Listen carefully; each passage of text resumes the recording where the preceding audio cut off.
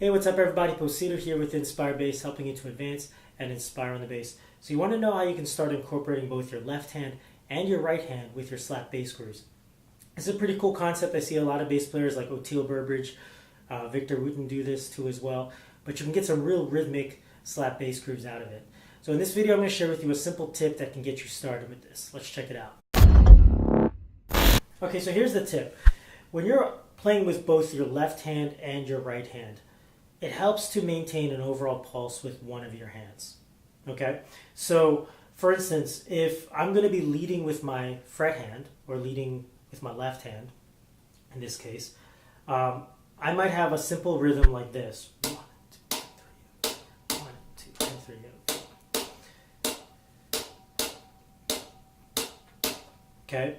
Now, my right hand is all that's going to do is going to play ghost notes that fill in the space.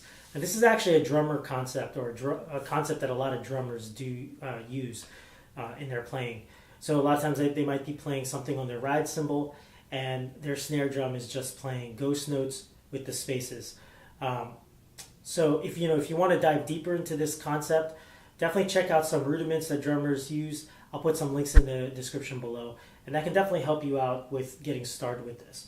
But the big part of this tip is really just maintain that overall pulse. Okay, so in this example, I'm just going to maintain this pulse. 1, 2.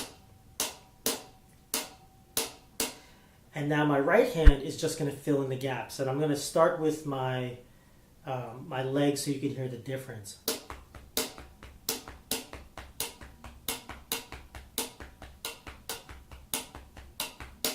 Okay, so I'm just playing a string of 8th notes or 16th notes, however you want to look at it, and I'm just filling the space.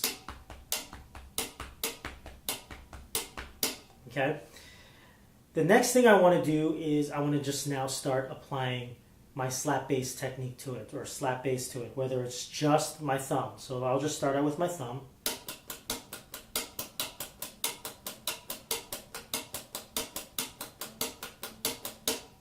And you want to play that as solid as you can. Once you feel a consistent string of notes, then you can also start adding a little bit more dynamics with your ghost notes. Okay, so ghost notes, similar to what our mute notes, people will call it, but I prefer to try to keep my ghost notes as dynamic as possible. So you're going to have some that are very quiet and some that are very loud. Okay, so just like the name ghost implies, like when was the last time you saw a ghost? You don't really see ghosts, right? You might feel them, but you don't really see them. Okay, so the same thing with your ghost notes. Feel them more, or have your listener feel them more than really hear them. Sometimes you might want every now and then jump out and bring that dynamic, and that'll create a sense of rhythm going on. Okay, but with my left hand, or my fretting hand in this case, I'm maintaining this overall pulse. Okay, the next thing I want to do is now just start playing notes on my fretting hand. Okay, and in this case, I'm just going to play this this bass line.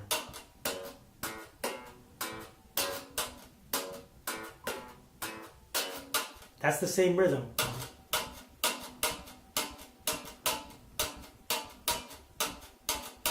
Okay, and now I'm just going to fill in the spaces with my thumb again. In this case, I'm just going to tap or slap on my G string.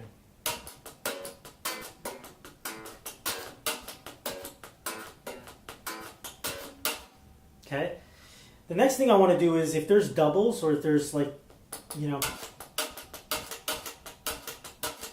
if I'm playing my thumb twice, I'm going to explore that. Okay, so I might do thumb and then pluck, or thumb and pop.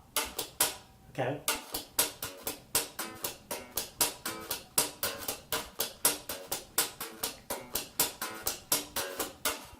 Okay. If you play it fast, it sounds kind of crazy, and this is something that like Victor Wooten does, for instance, in the bass line. Me and my bass guitar, he does something like he does like a bass fill that sounds something like that. It's not exactly like that, but that's the basic idea.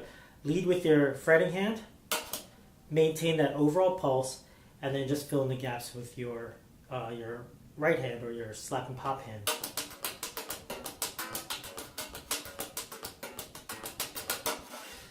And it helps to try to keep this as quiet as possible so that your bass line is still heard. And it automatically, you'll hear these different types of rhythms going on. Okay, so that's the basic concept for applying both your left hand and your right hand, or combining both your left and your right hand with your slap bass grooves. Just remember, one of your hands needs to maintain a consistent pulse. Okay, that's going to be your anchor for your overall bass line, whereas the other hand almost just fills in the gaps.